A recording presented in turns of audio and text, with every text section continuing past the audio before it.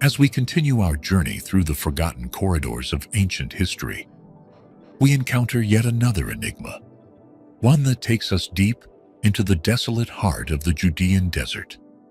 Here, beneath sun-scorched cliffs and windswept plateaus, lies a collection of ancient scrolls unlike any other, written in a mysterious script and hidden away for millennia.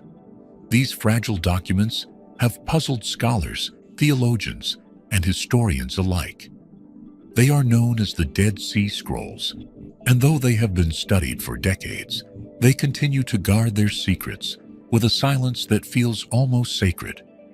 Discovered in the mid-20th century, these ancient texts are considered among the most significant archaeological finds in human history. And yet, for every question they answer, they seem to raise two more. Who wrote them? Why were they hidden away in the caves near the Dead Sea? And do they contain forgotten knowledge, fragments of belief or wisdom, that might change the way we understand not just religion, but the very shape of the ancient world?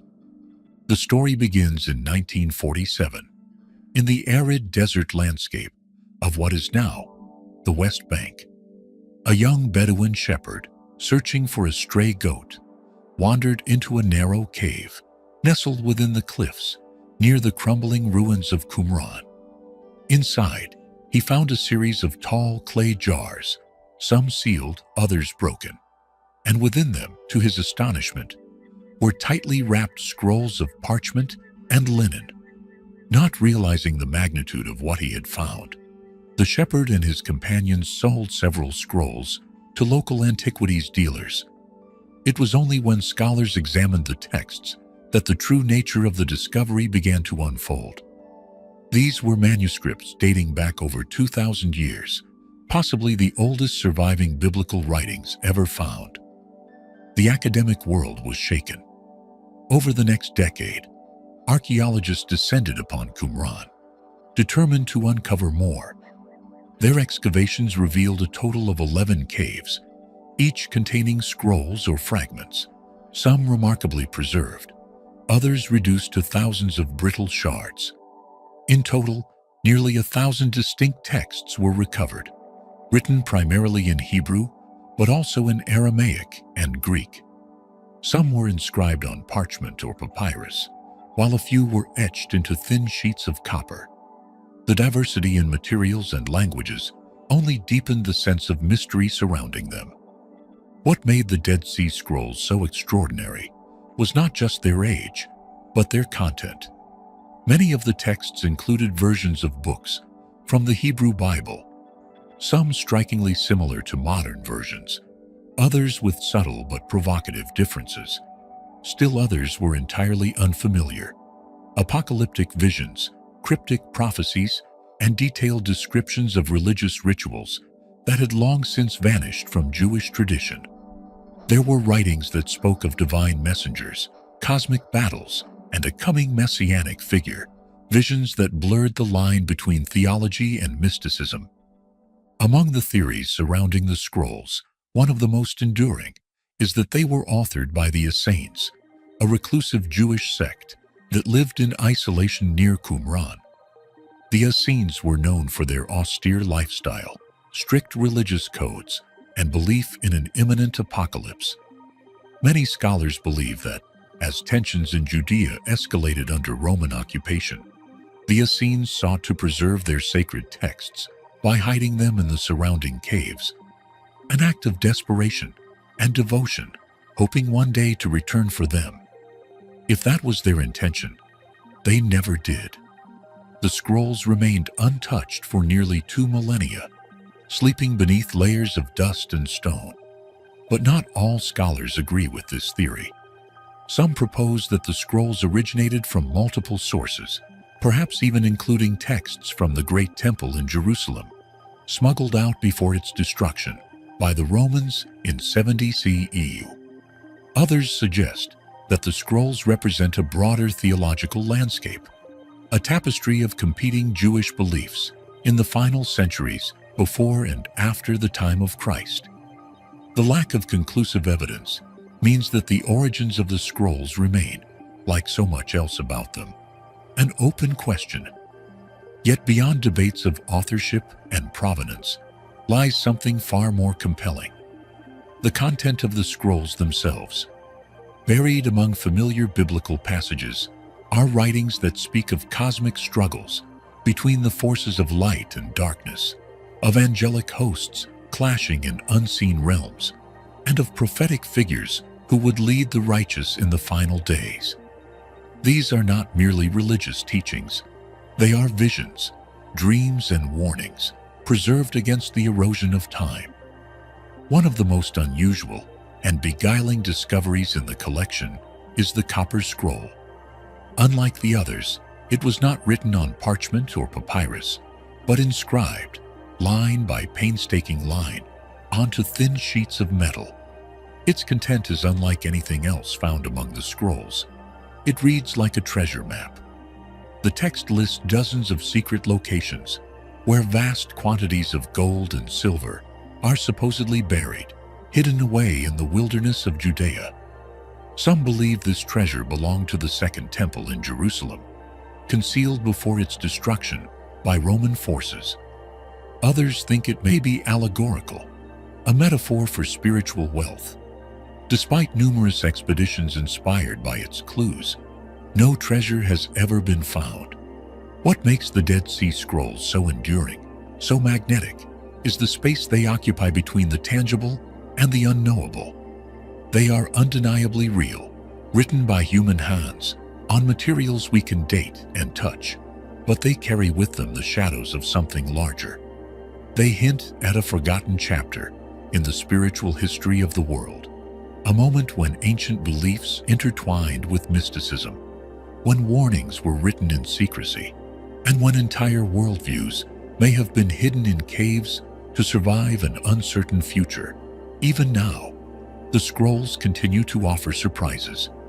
In 2021, for the first time in over half a century, archaeologists uncovered new fragments of biblical texts in a cave near Qumran, proof that the desert still holds its secrets and that the story of the scrolls is not yet finished.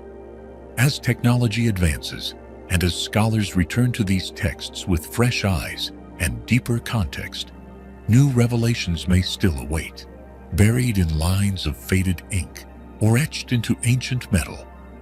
For now, the Dead Sea Scrolls remain one of the most captivating and mysterious windows into the past ever discovered. They offer a glimpse into a lost world, a world of prophets, scribes, messianic dreams, and spiritual longing. A world that once was, and perhaps, in some sense, still is. And like so many of history's most enduring riddles, for every scroll that brings us closer to truth, another whispers of mysteries still beyond our grasp. The search for lost knowledge, it seems, is never truly over. We may never fully grasp the vastness of what ancient secrets have been erased by time. What truths were swallowed by war? What rituals faded into silence? Or what knowledge crumbled into dust before it could ever be passed on? But every so often, something unexpected survives. An object, unassuming yet strangely evocative, emerges from the earth, a relic that refuses to be explained. These enigmatic fragments from the past pose questions we are not equipped to answer, urging us to ask, what were they for? Who created them? And why, after all this time, do they still exist? One such mystery lies scattered across the lands once ruled by the Roman Empire. They are small, intricate, and perplexing. Artifacts that defy classification and resist understanding. Known today as the Roman dodecahedrons, these 12-sided hollow metal objects, crafted nearly 2,000 years ago, have confounded archaeologists, historians, and researchers for centuries.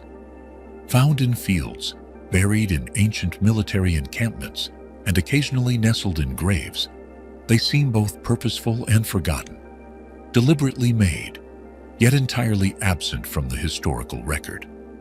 Each dodecahedron shares a basic design, a geometrically precise 12-faced shape, with each face containing a circular hole of varying diameter. Some are adorned with small knobs at the corners, while others remain smooth, typically made of bronze or brass. They range from 4 to 11 centimeters in diameter, and though they have been unearthed in dozens of locations across what is now France, Germany, Belgium, and the United Kingdom, no two are exactly alike. Their uniformity in concept and variance in detail suggests both a shared origin and an individual craftsmanship that hints at something more than mass-produced tools. And yet, in all the volumes of Roman literature that survive, in the meticulous records of Roman life, in the stone carvings, the legal texts, the treatises on architecture, war, philosophy, and engineering, not a single mention of these objects can be found. No Roman writer describes them. No artist depicts them. No surviving inscription hints at their function. It is as though they existed in a parallel silence, known intimately by some and intentionally concealed from others. This historical void has invited a cascade of theories, some practical, others fantastical, and all speculative.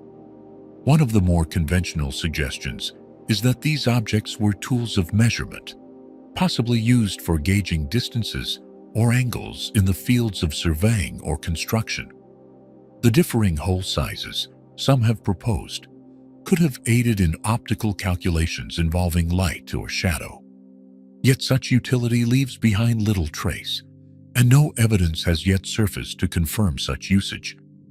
Others have proposed that the dodecahedrons may have functioned as candle holders, though their open geometric design and lack of soot residue cast doubt on that idea. A more military-oriented hypothesis posits that they served as rangefinders for Roman artillery, helping soldiers calculate the trajectory of projectiles. But this too falters under scrutiny, as none of the objects have ever been found in direct association with Roman weapons or siege equipment. Perhaps the most fascinating and oddly plausible theory is that the dodecahedrons played a role in textile production. Some historians believe they may have been used in knitting, particularly in the crafting of gloves. The holes, varying in size, could have guided threads in precise configurations, and reconstructions have shown that some patterns can be replicated using them. But again, without any written record or corroborating artifacts, this theory remains little more than an educated guess.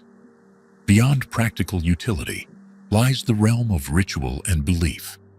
A number of these objects have been found near ancient temples or in areas known for religious activity, prompting some scholars to speculate that they may have held ceremonial or symbolic significance. Were they instruments of divination, used like dice to cast omens or guide spiritual decisions? Could they have been part of esoteric rituals known only to certain cults or secretive societies within Roman life? The lack of uniformity in design and their absence from mainstream Roman iconography only deepens the intrigue.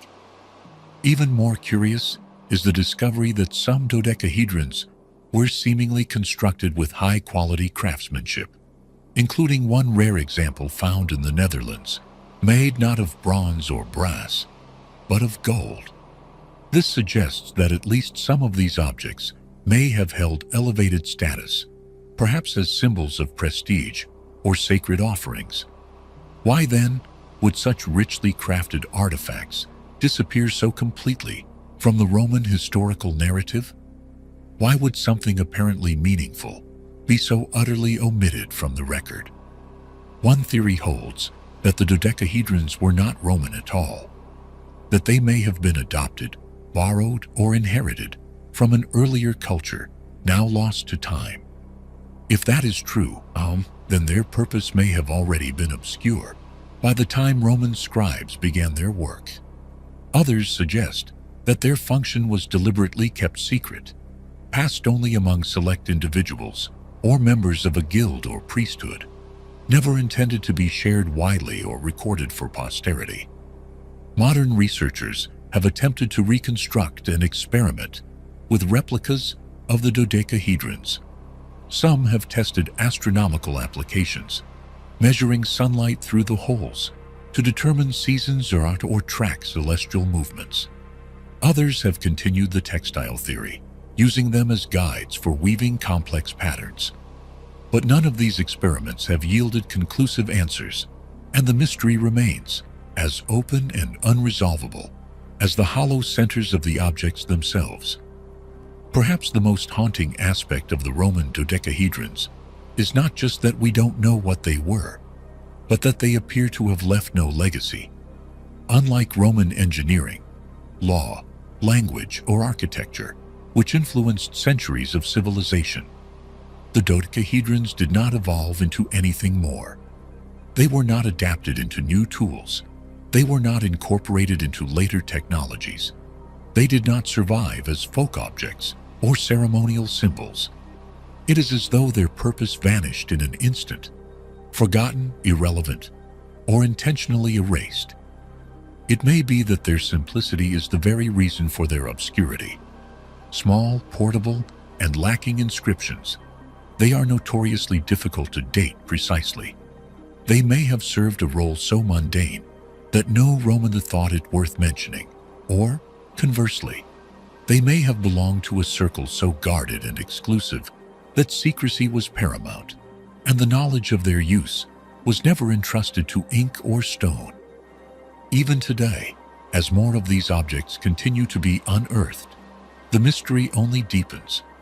With every new discovery comes the hope of a revelation, a clue that might unlock the past. And yet the answers remain elusive, just out of reach. Were they tools? Were they instruments of divination, social symbols, or something we have yet to even imagine? Perhaps they are none of these, or all of them. Perhaps they represent a category of object whose meaning lies beyond our current frameworks of thought. Whatever the truth may be, the Roman dodecahedrons stand as silent sentinels of a forgotten purpose, enigmatic artifacts that remind us of how much has been lost to time and how much more there is still to learn. They are not alone. History is filled with strange relics, objects that seem to defy logic, artifacts that do not fit, remnants of worlds we may never fully understand. And in the quiet of night, as we lie awake, pondering what once was, these mysteries speak to us, not in words but in wonder. In a world where the frontiers of scientific knowledge are constantly being pushed forward, where each new discovery dares to peel back the veil of mystery that surrounds our existence, there remain places so enigmatic, so delicately untouched by understanding, that they seem to resist every attempt at explanation. These places do not surrender their secrets easily. They exist in the quiet margins of the earth, where silence speaks louder than data, and where even the most advanced instruments fall short of capturing the fullness of what lies hidden. Not every phenomenon is meant to be understood. Not every question needs an answer.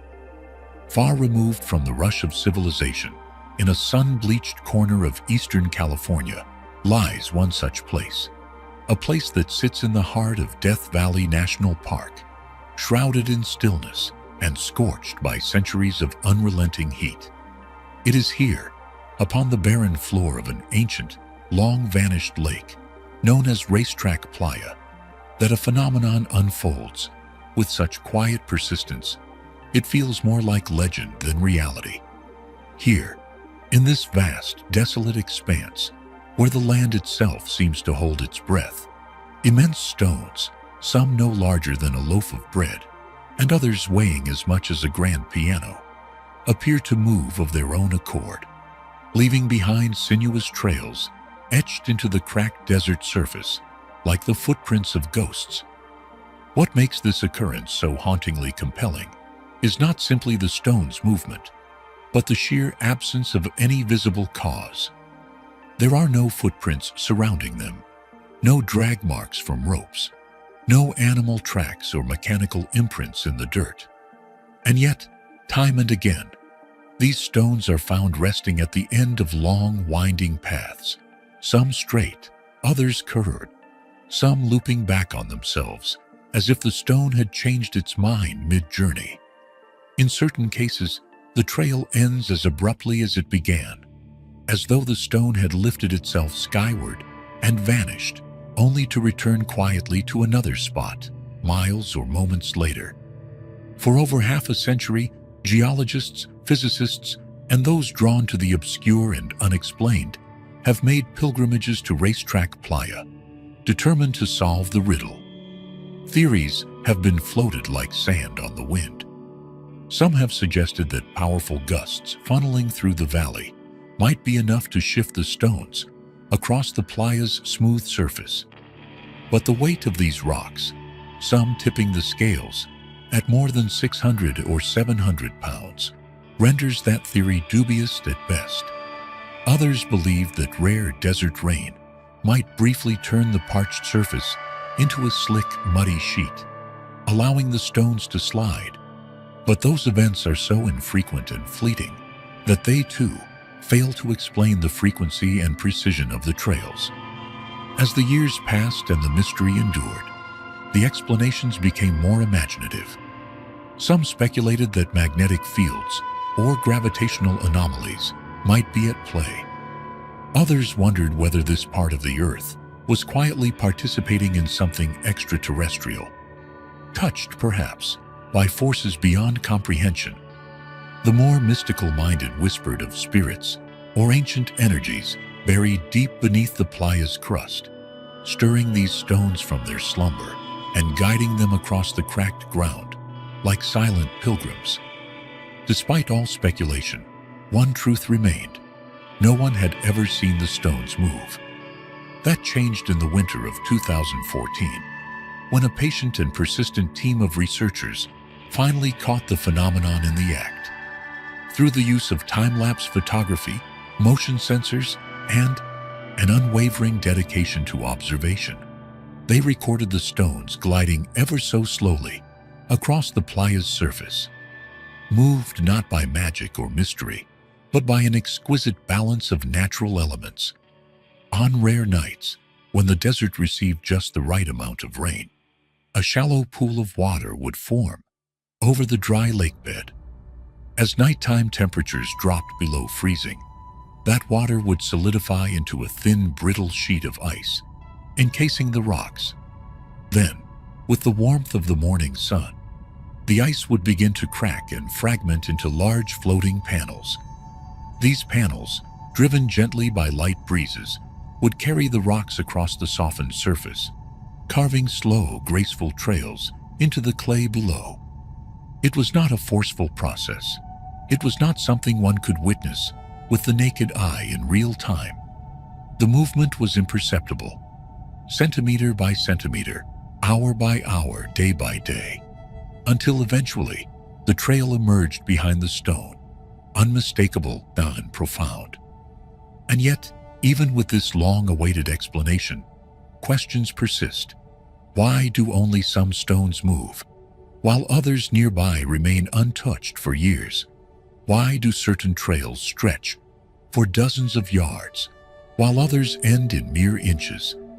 And perhaps most intriguingly, how long has this natural choreography played out, unseen by human eyes, beneath the scorching sun and under a canopy of desert stars?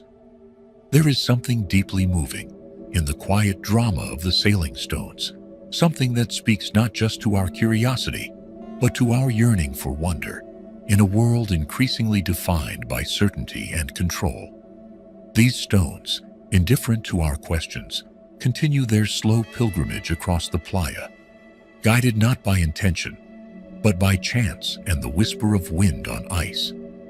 They are a reminder that not all mysteries must be solved to be appreciated, that sometimes beauty lies in the not knowing. As we drift ever further into a future governed by algorithms and instant answers, it is worth remembering that some of the Earth's most enduring stories are written not in words or equations, but in the simple, silent journey of a rock across the dust. And in the stillness of night, when the world grows quiet and our minds reach out for something deeper, the sailing stones of racetrack playa remind us of how much remains unknown and how wondrous it is that such mysteries still exist, patiently waiting to be seen.